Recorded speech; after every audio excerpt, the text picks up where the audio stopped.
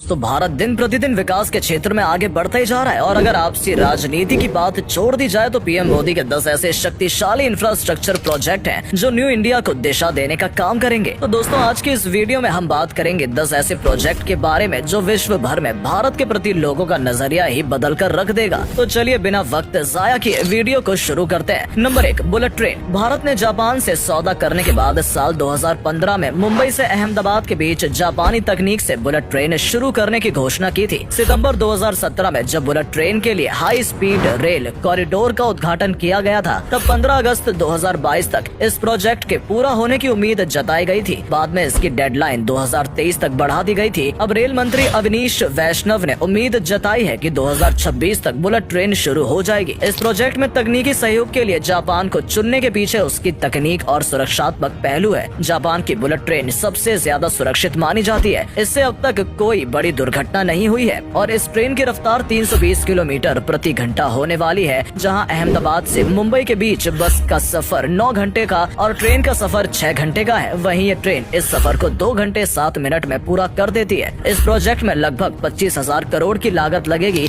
सरकार का ये कहना है कि इस ट्रेन की सफलता के बाद भारत के बाकी शहरों में भी इस ट्रेन की शुरुआत की जाएगी। Number 2, Bharatmala project. Bharatmala project Bharat में बड़ी चौड़ी सड़कें तथा हाईवे के निर्माण के लिए केंद्र सरकार द्वारा चलाई जा रही एक परियोजना है, जिसके तहत केंद्र सरकार ने देश भर में एक मजबूत हाई स्पीड रोड नेटवर्क तैयार करने की योजना बनाई है। राष्ट्रीय राजमार्ग विकास प्रोजेक्ट के बाद ये भारत में हाईवे के निर्माण की दूसरी सबसे बड़ी परियोजना है। देश में आर्थिक गलियारों, दूसरे देशों की सीमा से सटे इलाकों तथा दूर दराज के क्षेत्रों में कनेक्टिविटी को बेहतरीन बनाने के इरादे के साथ केंद्र सरकार ने 25 अक्टूबर साल 2017 में भारतमाला प्रोजेक्ट के नाम से हाईवे के विकास की एक बड़ी योजना की शुरुआत की, जिसका कुल अनुमान खर्च 5.35 लाख करोड़ रुपए लगाया जा रहा है। भारतमाला प्रोजेक्ट में 83,677 किलोमीटर सड़कों के नेटवर्क की परिकल्पना की गई है, जहां एक दिन में 18 किलोमीटर रोड कंप्लीट करने का टारगेट बनाया गया है। Number 3, 5G in India. 1 अक्टूबर 2022 को पीएम मोदी जी ने दिल्ली के प्रगति मैदान में आयोजित इंडियन मोबाइल कॉन्फ्रेंस इवेंट में 5G की लॉन्चिंग करके 130 करोड़ जनता को शानदार उपहार दिया। 5G के आने से इंटरनेट स्पीड 4G की तुलना में करीब 10 गुना बढ़ जाएगी। साथ ही इस सेवा को देश के 8 शहरों में शुरू किया गया है। ये सेवा प्रथम चरण में 13 शहरों में शुरू होगी। सरकार का अगले 2 सालों में देश कोने कोने तक 5G पहुंचाने का लक्ष्य है। 5G में 4G के मुकाबले 10 से 20 गुना तेजी से डेटा डाउनलोड स्पीड होगी। वहीं इस सर्विस में सभी लोग वीडियो बिना रुके या बिना बफरिंग के स्ट्रीम कर सकेंगे। 5G सर्विस के आने से इंटरनेट कॉल में आवाज बिना रुके और साफ आएगी, जिसकी मदद से हेल्थ केयर और वर्चुअल रियलिटी के नए रास्ते खुल सकते हैं। Internet of things, artificial intelligence और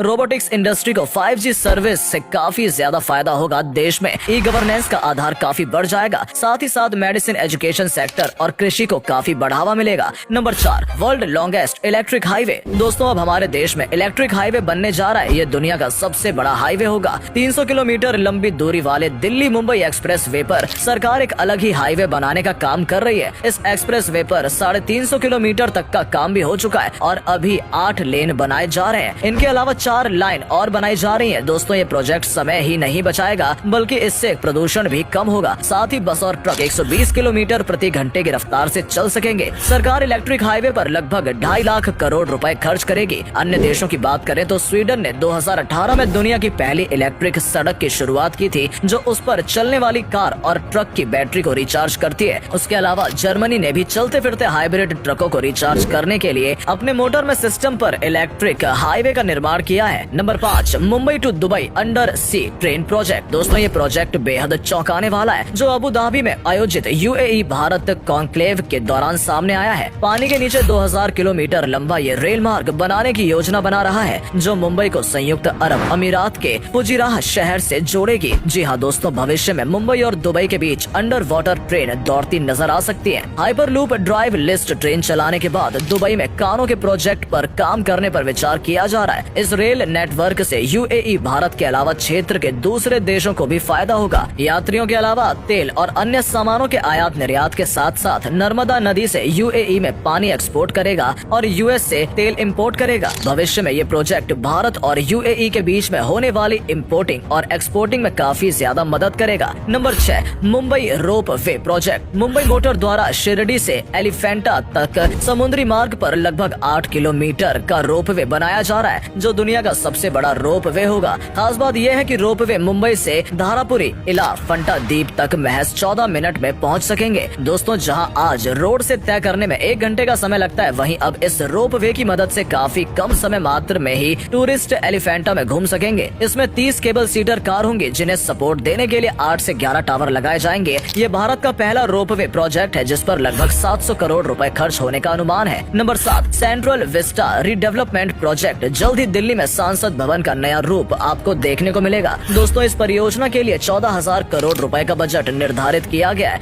इंडिया गेट से लेकर जो रास्ता राष्ट्रीय भवन तक जाता है, उस पूरे इलाके को सेंट्रल विस्टा के नाम से जाना जाता है। राष्ट्रपति भवन और इंडिया गेट के बीच 3 किलोमीटर लंबे राजपथ के सुरक्षा इंतजाम को ध्यान में रखते हुए बनाया जाएगा। इलाके में बने भवनों को 100 साल से अधिक हो चुका है। सरकार ने इस रीडेवलपमेंट का प्लान 2019 में तैयार किया था। इसमें केंद्रीय सचिवालय और एक विशेष सुरक्षा समूह भवन को भी शामिल किया गया है। इस परियोजना को लेकर बहुत सारे सवाल उठाए गए हैं। कहा जा रहा है कि यहाँ लगे 100 साल पुराने चीजों को हटाना और एक नए घर के साथ बदलाव करना बिल्कुल भी सही नहीं है। पीएम नरेंद्र मोदी के द्वारा 8 सितंबर को सेंट्रल विस्टा का उद्घाटन कर दिया गया है। इसके बाद से 9 सितंबर से ये आम लोगों के लिए भी खोल दिया जाएगा। Number 8, new Pamban bridge project. Bharat का सबसे पहला first vertical rail sea bridge इस साल तमिलनाडु में बनकर तैयार हो जाएगा। पुराना पनबन ब्रिज 14 फरवरी 1914 को शुरू किया गया था। अब 108 साल बाद नई तकनीकों के साथ नए पनबन पुल का निर्माण किया जा रहा है, जिसकी लंबाई 2.7 किलोमीटर होगी। इस पुल के लिए अनुमानित लागत 250 करोड़ रुपए है। ये एक ऐसा ब्रिज है जो दिखने में किसी आम जैसा ही है, लेकिन जैसे ही कोई नाव हो या वाटर ट्रांसपोर्ट इसके नीचे से गुजरेगा, ये ऊपर की तरफ उठ जाएगा और ऊपर जाकर दोनों तरफ 90 डिग्री का एंगल पर खुल जाएगा और 2 भागों में बट जाएगा। जब वो नाव गुजर जाएगी तो ये पुल दोबारा बंद हो जाएगा। ये पुल इलेक्ट्रिक मैकेनिकल सिस्टम पर चलेगा। ये ट्रेन कंट्रोल सिस्टम के साथ तालमेल बिठाकर काम करेगा। नंबर 9, केन बेटवा रिवर लिंक। ये परियोजना भारत के लिए बहुत मशहूर है। ये नेशनल प्रोस्पेक्टिव प्लान के अंतर्गत पहला रिवर इंटरलिंकिंग प्रोजेक्ट है, जिसमें उत्तर प्रदेश की केन नदी से मध्य प्रदेश की बेतवा रिवर में पानी ट्रांसफर किया जाएगा। ये दोनों नदियां यमुना नदी की सहायक नदियां हैं। इस प्रोजेक्ट के द्वारा पूरे देश में सूखाग्रस्त क्षेत्रों तथा बाढ़ग्रस्त क्षेत्रों को राहत दी जा सकती है। इस परियोजना के लिए 44,605 करोड़ रुपए निर्धारित किए गए हैं। इस परियोजना के द्वारा लगभग 10.62 लाख हेक्टेयर भूमि की सिंचाई की जाएगी। साथ ही साथ लगभग 62 लाख लोगों को पीने योग्य पानी मिलेगा। इस प्रोजेक्ट के द्वारा लगभग 103 मेगावाट के हाइड्रो पावर प्रोजेक्ट और 27 मेगावाट का सोलर पावर प्रोजेक्ट का काम भी शुरू होगा। Number 10, project